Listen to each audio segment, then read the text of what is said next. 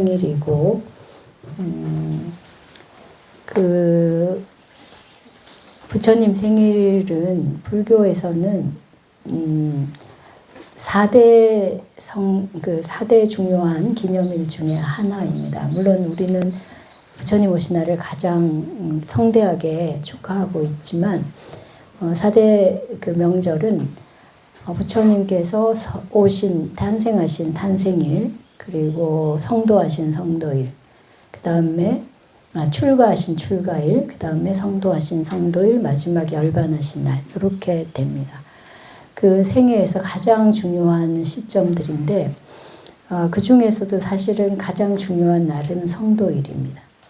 부처님께서 정각을 얻으시고 그래서 이제 진리를 깨닫고 진정으로 부처가 된 날이기 때문에 가장 중요한 의미를 가집니다. 그래서 남방에서는 베삭데이라고 해서 매년 4월 보름에 이 4개의 명절을 한꺼번에 같은 날로 해서 축하하고 있습니다. 물론 이제 육신의 부처님이 탄생하셨기 때문에 그 성도하는 것도 가능하고요. 그다음 대승불교에서는 저희가 서가모니 부처님의 탄생을 하나의 시현으로 이야기합니다. 그러니까 그냥 이제 바탕이 없는 어떤 존재가 출가를 해서 깨닫고 이렇게 되는 과정이라기보다는 그 서가모니 부처님, 고부타마 시타르타라는 하나의 인물이 우리의 삶을 어떻게 살아가야 하는가를 보여준 하나의 사례로 보는 거예요. 그래서 화신, 몸을 놔두어서 보여준 사례입니다. 그렇게 보면 몸을 놔둔 첫 번째 사건이 탄생이니까 그 의미가 굉장히 크다고 할 수 있어요. 네. 그리고 여러분들이 이미 잘 알고 있는 그 탄생계가 있죠. 그죠? 동서남북으로 7발을 걸으면서 천상천하 유아독존. 그래서 이제 저희가 조금 뒤에 탄생부를 모시고 관요의식을 할 것인데, 그때 이제 자세가 하늘과 땅을 가리키고 있는 모습입니다. 그래서 이 세상에서 내가 가장 존귀하다라는 메시지를 그 탄생기에서 하고 있습니다. 근데 이렇게 이제 남방 불교에서 어떻게 보면 부처님 생애를 따라가면서 본다면 성도제일이 가장 중요하지만 대승불교권에서는 화신이라고 하는 입장에서 보면 그분의 나타남 자체가 진리를 드러내는 사건이기 때문에 탄생이라고 하는 일이 굉장히 중요해졌어요. 그래서 보통의 사람이 그러니까 일반적인 가정에서 태어나서 물론 이제 왕의 후손이었긴 했지만 일상의 삶을 살고 그리고 세속적인 여러 가지 명예와 여러 가지 부귀영화가 다 갖추어졌음에도 불구하고 그 삶을 버리고 출가하는 모습이 성도에 의해서 물론 의미가 있어지지만 더욱 중요한 것은 그러한 삶을 살아가려는 자세가 더욱 중요합니다. 그래서 우리에게 부처님의 의미는 깨달은 분, 그리고 깨달은 분이 주신 어떤 가르침, 진리의 내용으로서도 물론 중요하지만 어떤 삶을 살아갔는가라고 하는 삶을 산 하나의 우리의 앞선 선배로서 우리들의 삶의 방향을 보여준 분으로도 정말 중요한 분입니다. 네, 그래서 아주 세속적으로 유복한 환경이라는 거를 모든 사람들이 사실은 그걸 원하고 그걸 추구해서 살잖아요. 그죠? 근데 그런 환경들이 다 갖추어졌음에도 불구하고 그걸 버린다는 거. 그리고 버림으로써 진실을 더 찾아간다는 그러한 삶의 역정이 그 자체로도 대단히 중요하기 때문에. 근데 우리들이 진리라는 게 뭔가? 저희들이 이제 불교에서 진리라 하면은 진여라고도 말하고 또 뭐 법신이라고도 말하고 법이라고도 말하고 그렇습니다. 그래서 우리가 이제 불법 승삼보를 이야기할 때 이제 구체적으로 실존했던 인물로서의 부처님도 중요하지만 그분이 깨달았던 그 가르침, 그 이제 법도 매우 중요하죠. 그리고 그거를 이제 따르는 사람도 중요합니다. 왜 따르는 사람이 중요하냐면은 그 법이 구체화돼야 되거든요. 그냥 추상적인 진리로 과거에 2500년, 2600년 전에 말씀된 내용으로 끝나면은 별 의미가 없어요. 그래서 지금 현재의 삶에서 우리가 그렇게 살고 있음을 그걸 계속해서 이어가는 게 중요한 거예요. 그래서 이제 승가는 부처님이나 법처럼 완벽한 존재는 아니지만 그런 삶을 살아가려고 노력하는 사람들. 그래서 또 그런 노력의 모습이 우리들에게 어떤 삶을 살아갈 것인가에 대한 하나의 방향을 제시하고 우리의 미래를 열어주는 그런 힘이 있기 때문에 승가에도 귀합니다. 승가의 개별적인 스님들 각각을 보면 여러 가지 부족함이 있지만 어쨌든 그들이 전체적으로 추구하는 방향에 있어서는 우리가 일반적인 삶에서 원하는 그런 삶하고는 다른 삶을 살아가니까 그래서 그 부처님 말씀대로 살려고 노력하는 과정에서 우리가 이제 본받을 것들이 생기는 거죠. 그러니까 이제 승가도 귀의 대상이 됩니다. 그런데 이제 그래서 우리가 진리를 깨닫는다, 도를 깨닫는다라고 말할 때 그 도가 뭘까? 깨달음이 중요하긴 하지만 그 도를 우리가 무언가 없는 것에서 무언가를 알아내는 걸로 생각해 버리면 그러면은 삶이라는 거는 그 전까지 과정은 별로 중요하지 않고 그걸 깨달은 이후부터의 삶이 중요할 거예요. 그죠? 그런데 부처님의 깨달음의 본질은 무언가를 깨달은 게 없기 때문입니다. 그래서 지금 이제 저희가 초파일이라고 옛날에 부르고 이제 4월 8일이니까 초파일이고 그다음에 이제 탄신일 이렇게도 말하고 지금은 이제 저희들이 부처님 오신 날 이렇게 말합니다.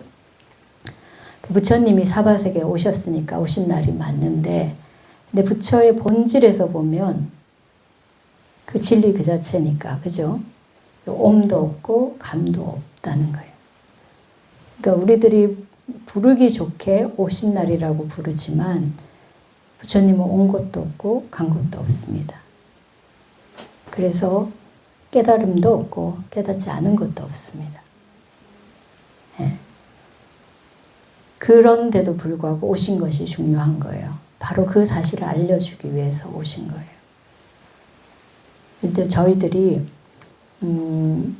옴도 없고 감도 없는 그 진리를 부처님이 말씀하신 거고 그래서 그 진리를 우리들이 결과로서 얻는 것이 아니에요. 중요한 일이고 우리가 그걸 향해서 온 혼신의 노력을 다해서 전 생애를 바쳐서 노력해도 될까 말까한 일이기도 하지만 그러나 더욱 중요한 것은 그것을 향해 살아가는 삶 전체입니다. 그러니까 여러분들이 부처님이 특별한 시점에 오셨다가 가셨던 분 그래서 아주 훌륭한 분이지만 조금 멀고 내가 그분하고 비슷하게 되기는 좀 어려운 그런 거리가 느껴진 분이라고 생각하잖아요. 그죠? 그죠? 부처님은 너무 대단한 분이니까 우리들이 감히 가까이 가기 힘든 분이라고 생각하는데 근데 그렇게 몸을 나타내서 인생의 여러 생로병사라고 하는 과정을 모두 겪어갔어요. 그러니까 이분이 성인이라고 해서 생로병사와 무관하게 존재한 분이 아닌 거예요. 그런 아주 평범한 삶 속에서 그분이 추구했던 방향이 중요한 거예요. 그래서 사실은 그 하나하나의 과정을 통해서 우리의 삶이 얼마나 가치 있는가를 보여주는 거라고 저는 생각합니다. 예. 여러분들도 똑같이 가치 있는 존재예요. 그래서 여러분들이 뭔가를 얻고 진리 차원에서 진리를 깨달아야만 소중하고 특별한 존재가 되는 게 아니라 여러분들 그냥 있는 그대로 그 자체로 굉장히 특별하고 소중한 존재예요. 그럼 내가 특별하고 소중한 만큼 다른 사람도 똑같이 특별하고 소중합니다. 그래서 유아독존이란 말을 나만 이런 의미가 아니라 나라는 존재의 그 특별함이 모든 사람의 나인 거예요. 그러니까 다른 사람도 다 특별하고 소중하니까 우리가 존중하고 서로를 배려하고 이렇게 이제 살아야 됩니다. 그런데 사실은 우리가 그렇게 살지 못하는 가장 근본적인 이유는 나를 특별하게 생각하지 않아서 그래요. 나를 소중하게 여기지 않아서 그래요. 나는 뭔가 부족하고 하잘것없고 아직 미완성이고 그렇게 생각합니다.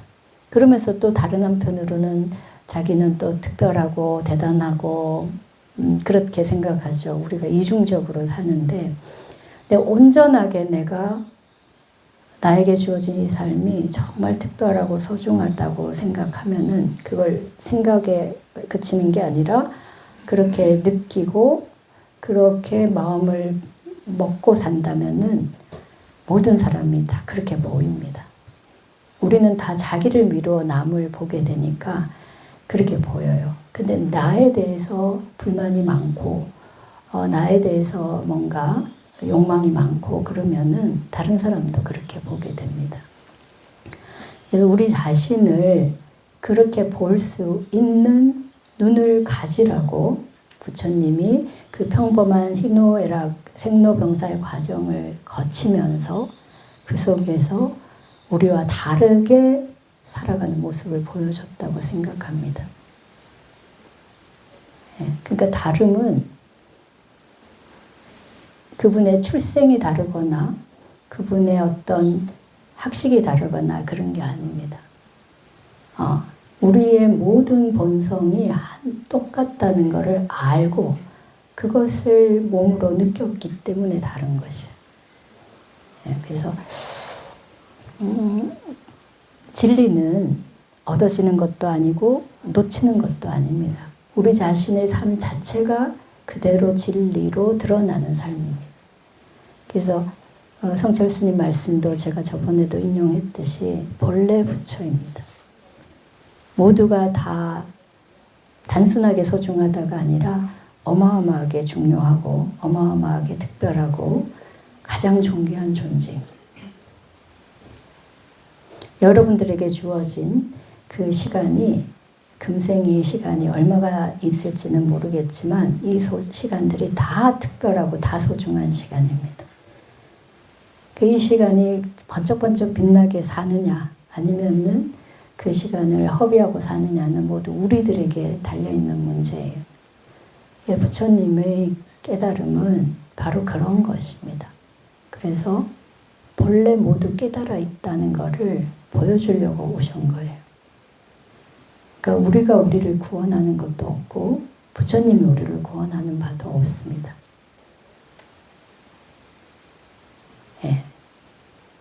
그래서 불교의 진리는 무엇을 구하는 게 아니에요. 구하지 않음에 있습니다. 이게 말장난 같죠, 그죠? 깨달으려고 노력을 막 하면서 막 용맹정진도 하고 이러면서 왜 구하지 않느냐. 구하지 않는 게 더 어려운 일이에요. 세상에서 사는 일은 모두가 뭔가를 원하고 구하고, 그죠? 얻으려고 하는데 그 얻으려고 하는 마음의 습성을 돌이키기가 굉장히 어려운 거예요. 그래서 겉으로 보면은 그 또 역시 뭔가 구하는 것처럼 보이지만 수행의 본질은 구하는 데 있지 않습니다. 그래서 그냥 우리가 늘 하는 말이 내려놓아라 라고 하는 말이 그런 이야기예요. 그리고 이제 무의다, 뭐 함이 없다 이런 말도 그런 말입니다. 근데 우리는 안 하면 불안하고 안 하면 뭔가 허전하고 그러잖아요, 그죠? 예. 근데 안 해도 불안하지 않고 안 해도 허전하지 않고 오히려 더 편안하고 만족스럽고 그렇게 됩니다. 왜 실제 가능하고 부처님이 그렇게 사셨고 그걸 보여줬어요. 그러니까 우리가 그렇게 원하는 왕의 지위도 가질 수 있었고 우리가 그렇게 갖고 싶어하는 금은보화를 다 가질 수 있었음에도 불구하고 버렸어요. 그죠? 예. 그런 뭐랄까 그런 배경들이 우리들에게 주는 의미가 굉장한 거라고 생각합니다. 그래서 예전에 뭐 조선시대 스님들이 출가할 때 못 먹고 못 살아서 출가했다. 이제 물론 그런 경우도 있어요. 하지만 출가의 목적 본질은 먹을 걸 구한 것이 아니라 먹고 사는 것하고 무관한 문제 때문에 출가한 것이고 그래서 그 삶 자체가 그런 것을 구하지 않아도 정말 좋다, 정말 괜찮다라는 것을 보여주려고 부처님 출가하셨다고 보입니다. 그래서 제가 여기서 어줍잖게 부처님의 이야기를 다 말씀드릴 수는 없지만 여러분 스스로가 자기 삶을 정말 진심으로 고마워하고 진심으로 받아들이고 특별하고 가치 있는 것이라고 느낀다면은 그러면 그 자체로 이미 완성되어 있는 거예요. 그러니까 그냥 그게 부처인 겁니다. 그렇게 살라고 하는 게 이 탄신일의 목적입니다. 그래서 대승불교에서 탄신일을 소중히 여기는 이유가 그런 화신으로서의 부처님, 우리가 살아가는 삶이 어떠한 역경과 어떠한 과정을 거쳐 살면서도 어떻게 방향을 갖는가가 중요하기 때문이 아닌가 싶어요. 그래서 결과로서 그분의 성도가 이렇게 드러나지만 사실은 그 앞에 그런 삶의 방향 그리고 성도 이유도 그 전과 전혀 달라지지 않는 삶의 자세 그런 것들이 결국 우리에게 이 날이 주는 의미가 아닌가 싶습니다. 오늘은 정말 좋은 날이고 오늘은 이제 생일상을 받는데 제가 어제 우리 강아지한테 그랬어요. 너도 오늘이 기빠진 날이고 나도 오늘이 기빠진 날이다.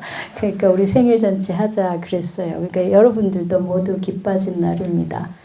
예, 여러분들이 부처로서 태어난 날이니까 모두의 생일입니다.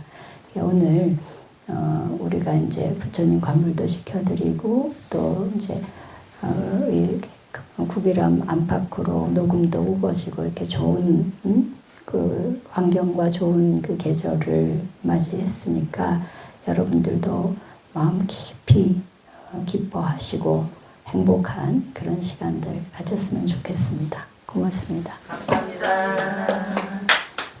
너무 감사합니다.